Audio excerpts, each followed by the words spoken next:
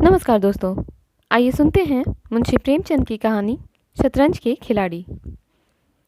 वाजिद अली शाह का समय था। लखनऊ विलासिता के रंग में डूबा हुआ था। छोटे बड़े अमीर गरीब सभी विलासिता के रंग में डूबे हुए थे। कोई नृत्य और गान की मजलिस सजाता था तो कोई अफीम की पिनखी में मज़े लेता था। जीवन के प्रत्येक विभाग में आमोद प्रमोद का प्राधान्य था। शासन विभाग में, साहित्य क्षेत्र में, सामाजिक व्यवस्था में, कला कौशल में, उद्योग धंधों में, आहार व्यवहार में सर्वत्र विलासिता व्याप्त हो रही थी। राज कर्मचारी विषय वासना में, कविगण प्रेम और विरह के वर्णन में, कारीगर काला बत्तू और चिकन बनाने में, व्यवसायी सुरमे, इत्र, मिस्सी और उपटन का रोजगार करने में लिप्त थे। सभी की आंखों में विलासिता का मत छाया हुआ था। संसार में क्या हो रहा है इसकी किसी को खबर ना थी। बटेर लड़ रहे हैं, तीतरों की लड़ाई के लिए फली बदी जा रही है, कहीं चौसर बिछी हुई है, पौ 12 का शोर मचा हुआ है, कहीं शतरंज का घोर संग्राम छिड़ा हुआ है। राजा से लेकर रंग तक इसी धुन में मस्त थे। यहाँ तक कि फकीरों को पैसे मिलते तो वे रोटियां न लेकर अफीम खाते या मादक पीते। शतरंज, ताश, गंजीफा खेलने से बुद्धि तीव्र होती है, विचार शक्ति का विकास होता है, पेचीदा मसलों को सुलझाने की आदत पड़ती है। ये दलीलें जोरों के साथ पेश की जाती थी। इसीलिए अगर मिर्ज़ा सज्जाद अली और मीर रोशन अली अपना अधिकांश समय बुद्धि तीव्र करने में व्यतीत करते थे तो किसी विचारशील पुरुष को क्या आपत्ति हो सकती थी। दोनों के पास मौरूसी जागीरें थी, जीविका की कोई चिंता न थी। घर में बैठे चखौतिया करते थे। आखिर और करते ही क्या। प्रातःकाल दोनों मित्र नाश्ता करके बिसात बिछाकर बैठ जाते, मुहरे सज जाते और लड़ाई के दांव पेच होने लगते। फिर खबर न होती कि कब दोपहर हुई, कब तीसरा पहर और कब शाम। घर के भीतर से बार बार बुलावा आता कि खाना तैयार है। यहाँ से जवाब मिलता, चलो आते हैं। दस्तरख्वान बिछाओ। यहाँ तक कि बावर्ची विवश होकर कमरे ही में खाना रख जाता था और दोनों मित्र दोनों काम साथ साथ करते थे।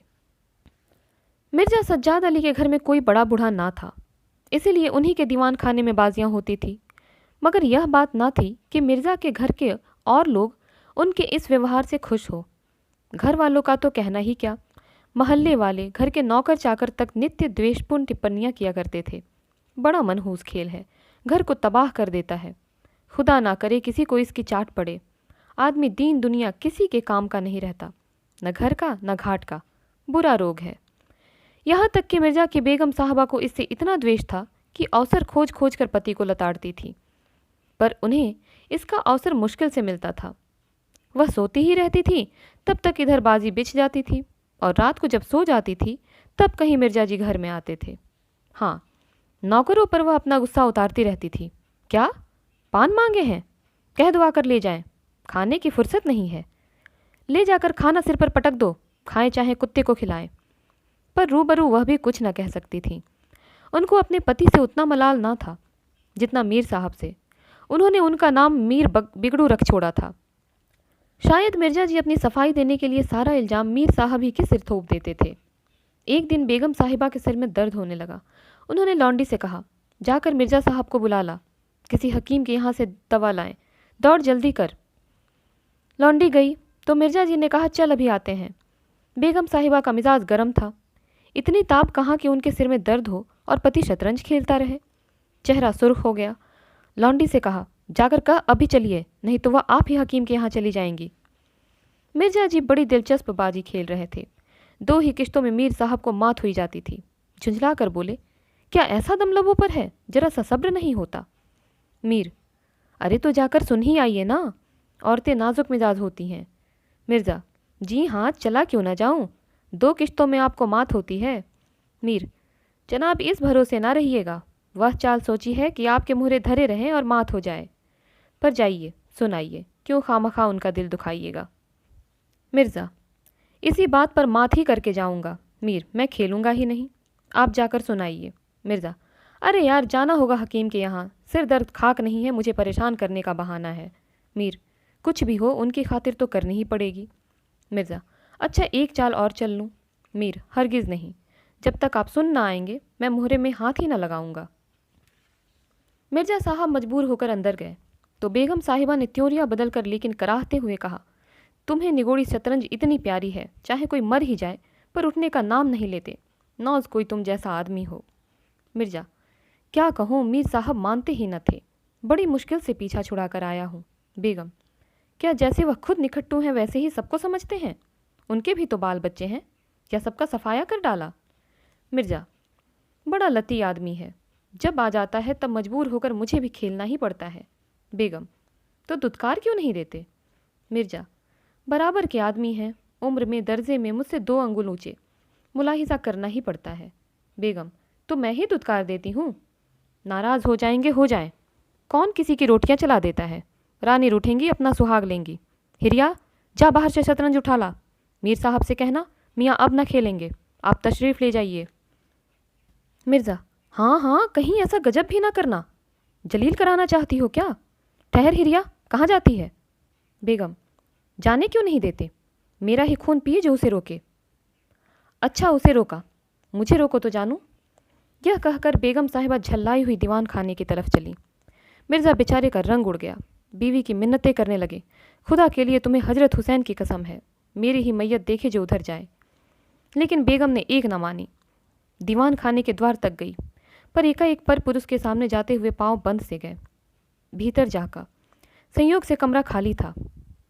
मीर साहब ने 2-1 मोहरे इधर उधर कर दिए थे और अपनी सफाई जताने के लिए बाहर टहल रहे थे। फिर क्या था, बेगम ने अंदर पहुंचकर बाजी उलट दी। मोहरे कुछ तख्त के नीचे फेंक दिए, कुछ बाहर, और किवाड़े अंदर से बंद करके कुंडी लगा दी। मीर साहब दरवाजे पर तो थे ही, मोहरे बाहर फेंके जाते देखे, चूड़ियों की झनक भी कान में पड़ी। फिर दरवाज़ा बंद हुआ तो समझ गए बेगम साहिबा बिगड़ गई। चुपके से घर की राह ली। मिर्ज़ा ने कहा, तुमने गजब किया। बेगम, अब मीर साहब इधर आए तो खड़े खड़े निकाल दूंगी। इतनी लौ खुदा से लगाते तो वली हो जाते। आप तो शतरंज खेले और मैं यहाँ चूल्हे चक्के की फिक्र में सिर खपाऊं। जाते हो हकीम साहब के यहाँ कि अब भी तामुल है? मिर्ज़ा घर से निकले तो हकीम के घर जाने के बदले मीर साहब के घर पहुँचे और सारा वृतांत कहा। मीर साहब बोले, मैंने तो जब मोहरे बाहर आते देखे तभी ताड़ गया, फ़ौरन भागा। बड़ी गुस्सेवर मालूम होती है, मगर आपने उन्हें यूं सिर चढ़ा रखा है, यह मुनासिब नहीं। उन्हें इससे क्या मतलब कि आप बाहर क्या करते हैं? घर का इंतज़ाम करना उनका काम है, दूसरी बातों से उन्हें क्या सरोकार? मिर्ज़ा, खैर यह तो बताइए अब कहाँ जमाव होगा? मीर, इसका क्या गम है, इतना बड़ा घर पड़ा हुआ है, बस यहीं जमे। मिर्ज़ा, लेकिन बेगम साहिबा को कैसे मनाऊंगा? जब घर पर बैठा रहता था तब तो वह इतना बिगड़ती थी, यहाँ बैठक होगी तो शायद जिंदा न छोड़ेंगी। मीर, अजी बकने भी दीजिए, 2-4 रोज़ में आप ही ठीक हो जाएंगी। हाँ, आप इतना कीजिए कि आज से ज़रा तन जाइए। मीर साहब की बेगम किसी अज्ञात कारण से मीर साहब का घर से दूर रहना ही उपयुक्त समझती थी, इसीलिए वह उनके शतरंज प्रेम की कभी आलोचना न करती थी, बल्कि कभी कभी मीर साहब को देर हो जाती तो याद दिला देती थी। इन कारणों से मीर साहब को भ्रम हो गया था कि मेरी स्त्री अत्यंत विनयशील और गंभीर है। लेकिन जब दीवान खाने में बिसात बिछने लगी और मीर साहब दिन भर घर में रहने लगे तो बेगम साहिबा को बड़ा कष्ट होने लगा। उनकी स्वाधीनता में बाधा पड़ गई। दिन भर दरवाजे पर झांकने को तरस जाती। उधर नौकरों में भी कानाफूसी होने लगी। अब तक दिन भर पड़े पड़े मक्खियाँ मारा करते थे। घर में कोई आए कोई जाए, उनसे कोई मतलब न था। अब 8 पहर की धौंस हो गई। कभी पान लाने का हुक्म होता, कभी मिठाई का, और हुक्का तो किसी प्रेमी के हृदय की भांति नित्य जलता ही रहता था। वे बेगम साहब से जा जाकर कहते, हुजूर, मियाँ की शतरंज तो हमारे जी का जंजाल हो गई। दिन भर दौड़ते दौड़ते पैरों में छाले पड़ गए। यह भी कोई खेल है कि सुबह को बैठे तो शाम कर दी। घड़ी आध घड़ी दिल बहलाव के लिए खेल लेना बहुत है। खैर, हमें तो कोई शिकायत नहीं, हुजूर के गुलाम हैं, जो हुक्म होगा बजा ही लाएंगे। मगर यह खेल मनहूस है, इसका खेलने वाला कभी पनपता नहीं। घर पर कोई न कोई आफत ज़रूर आती है। यहाँ तक कि इसके पीछे मोहल्ले के मोहल्ले तबाह होते देखे गए हैं। सारे मोहल्ले में यही चर्चा होती रहती है, हुजूर का नमक खाते हैं। अपने आका की बुराई सुन सुनकर रंज होता है, मगर क्या करें। इस पर बेगम साहिबा कहती, मैं खुद इसको पसंद नहीं करती, पर वह किसी के सुनते ही नहीं, क्या किया जाए। मोहल्ले में भी जो 2-4 पुराने ज़माने के लोग थे, आपस में भांति भांति के अमंगल की कल्पनाएं करने लगे। अब खैरियत नहीं है। जब हमारे रईसों का यह हाल है तो मुल्क का खुदा ही हाफिज है। यह बादशाहत शतरंज के हाथों तबाह होगी, आसार बुरे हैं। राज्य में हाहाकार मचा हुआ था। प्रजा दिन दहाड़े लूटी जाती थी। कोई फरियाद सुनने वाला ना था। देहातों की सारी दौलत लखनऊ में खींची आती थी और वह वेश्याओं में, भांडों में और विलासिता के अन्य अंगों की पूर्ति में उड़ जाती थी। अंग्रेज कंपनी का ऋण दिन दिन बढ़ता जाता था। कमली दिन दिन भीग कर भारी होती जाती थी। देश में सुव्यवस्था न होने के कारण वार्षिक कर भी वसूलना होता था। रेजिडेंट बार बार चेतावनी देता था, पर यहाँ तो लोग विलासिता के नशे में चूर थे। किसी के कानों पर जूं न रेंगती थी। खैर, मीर साहब के दीवान खाने में शतरंज होते हुए कई महीने गुजर गए। नए नए नक्शे हल किए जाते, नए नए किले बनाए जाते, नित्य नई व्यूह की रचना होती। कभी कभी खेलते खेलते झौड़ हो जाती, तू मैं तक की नौबत आ जाती। पर शीघ्र दोनों मित्रों में मेल हो जाता। कभी कभी ऐसा भी होता कि बाजी उठा दी जाती। मिर्जा जी रूठ कर अपने घर चले आते, मीर साहब अपने घर जा बैठते। पर रात भर की निद्रा के साथ सारा मनोमालिन्य शांत हो जाता था।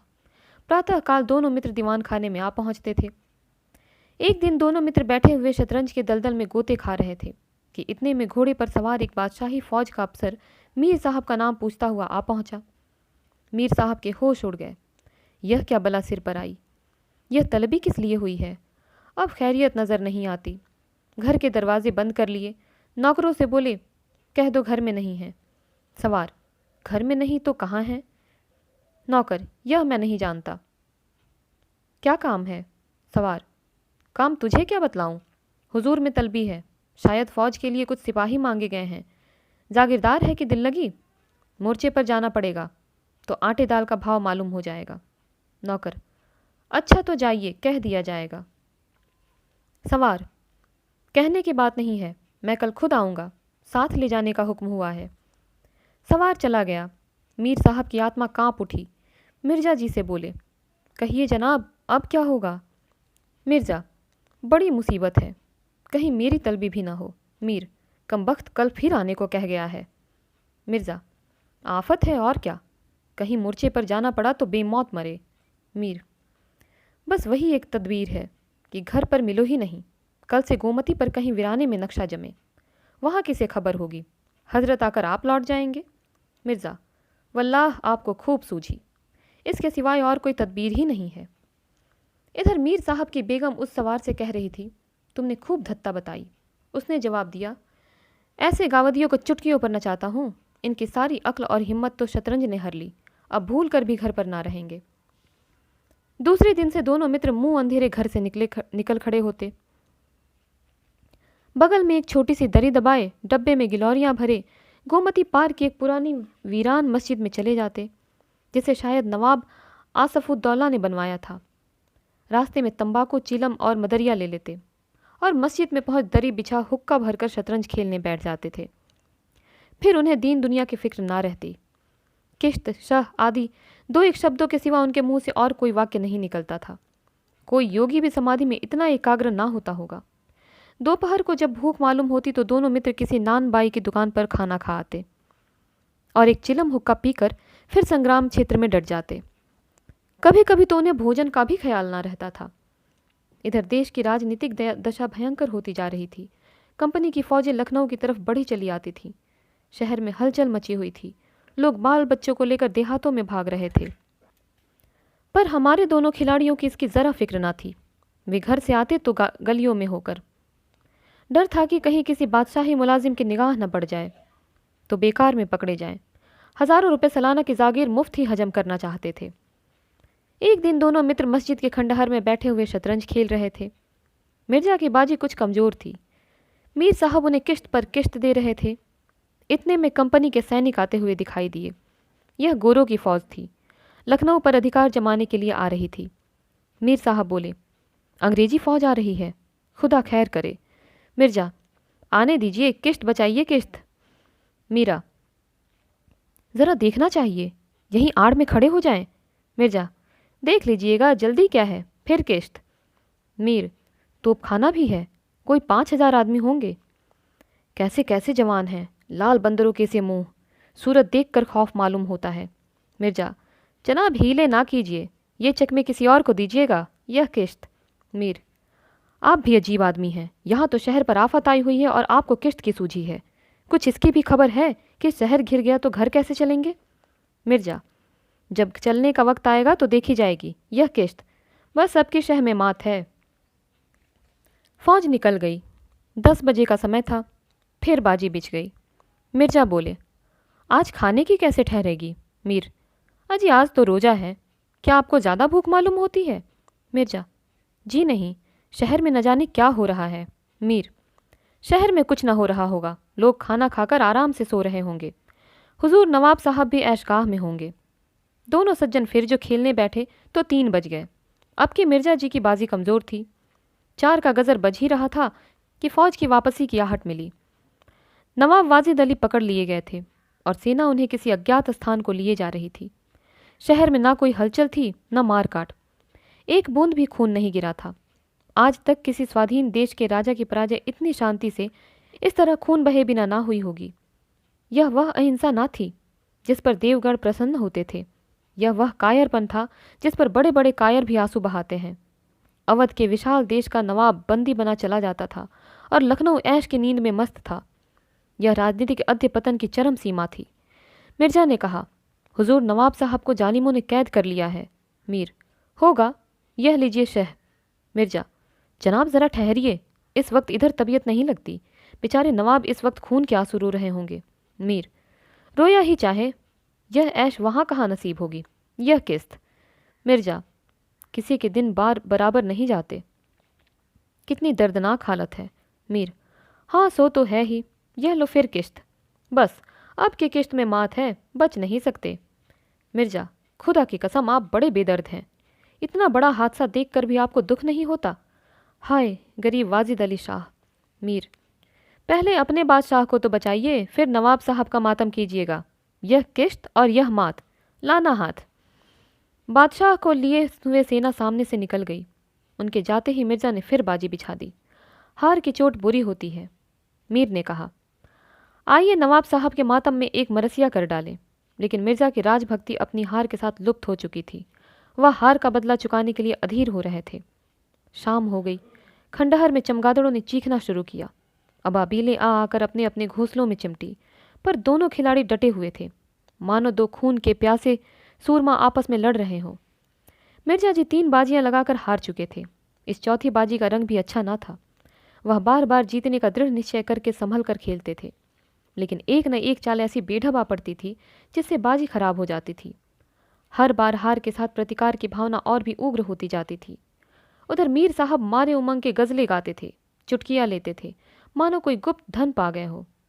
मिर्जा जी सुन सुनकर झुंझलाते और हार की झेप मिटाने के लिए उनकी दाद देते थे। पर ज्यों ज्यों बाजी कमज़ोर पड़ती थी, धैर्य हाथ से निकला जाता था, यहाँ तक कि वह बात बात पर झुंझलाने लगे। जनाब आप चाल ना बदला कीजिए।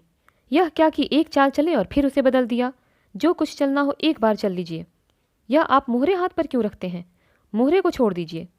जब तक आपको चाल न सूझे, मोहरा छूइए ही नहीं। आप एक एक चाल आध आध घंटे में चलते हैं, इसकी सनद नहीं। जिसे एक चाल चलने में 5 मिनट से ज़्यादा लगे, उसकी मात समझी जाए। फिर आपने चाल बदली, चुपके से मोहरा वहीं रख दीजिए। मीर साहब का फर्जी पिटता था। बोले, मैंने चाल चली ही कब थी? मिर्जा, आप चाल चल चुके हैं, मोहरा वहीं रख दीजिए, उसी घर में। मीर, उस घर में क्यों रखूं? मैंने हाथ से मोहरा छोड़ा ही कब था? मिर्जा, मोहरा आप कयामत तक ना छोड़े तो क्या चाल ही ना होगी? फर्जी पिटते देखा तो धांधली करने लगे। मीर, धांधली आप करते हैं, हार जीत तकदीर से होती है, धांधली करने से कोई नहीं जीतता। मिर्जा, तो इस बाजी में तो आपकी मात हो गई। मीर, मुझे क्यों मात होने लगी? मिर्जा, तो आप मोहरा उसी घर में रख दीजिए जहाँ पहले रखा था। मीर, वहाँ क्यों रखूँ? नहीं रखता। मिर्जा, क्यों न रखिएगा, आपको रखना होगा। तकरार बढ़ने लगी। दोनों अपनी अपनी टेक पर अड़े थे। न यह दबता था न वह। अप्रासंगिक बातें होने लगी। मिर्जा बोले, किसी ने खानदान में शतरंज खेली होती तब तो इसके कायदे जानते। वे तो हमेशा घास छीला किए, आप शतरंज क्या खेलिएगा?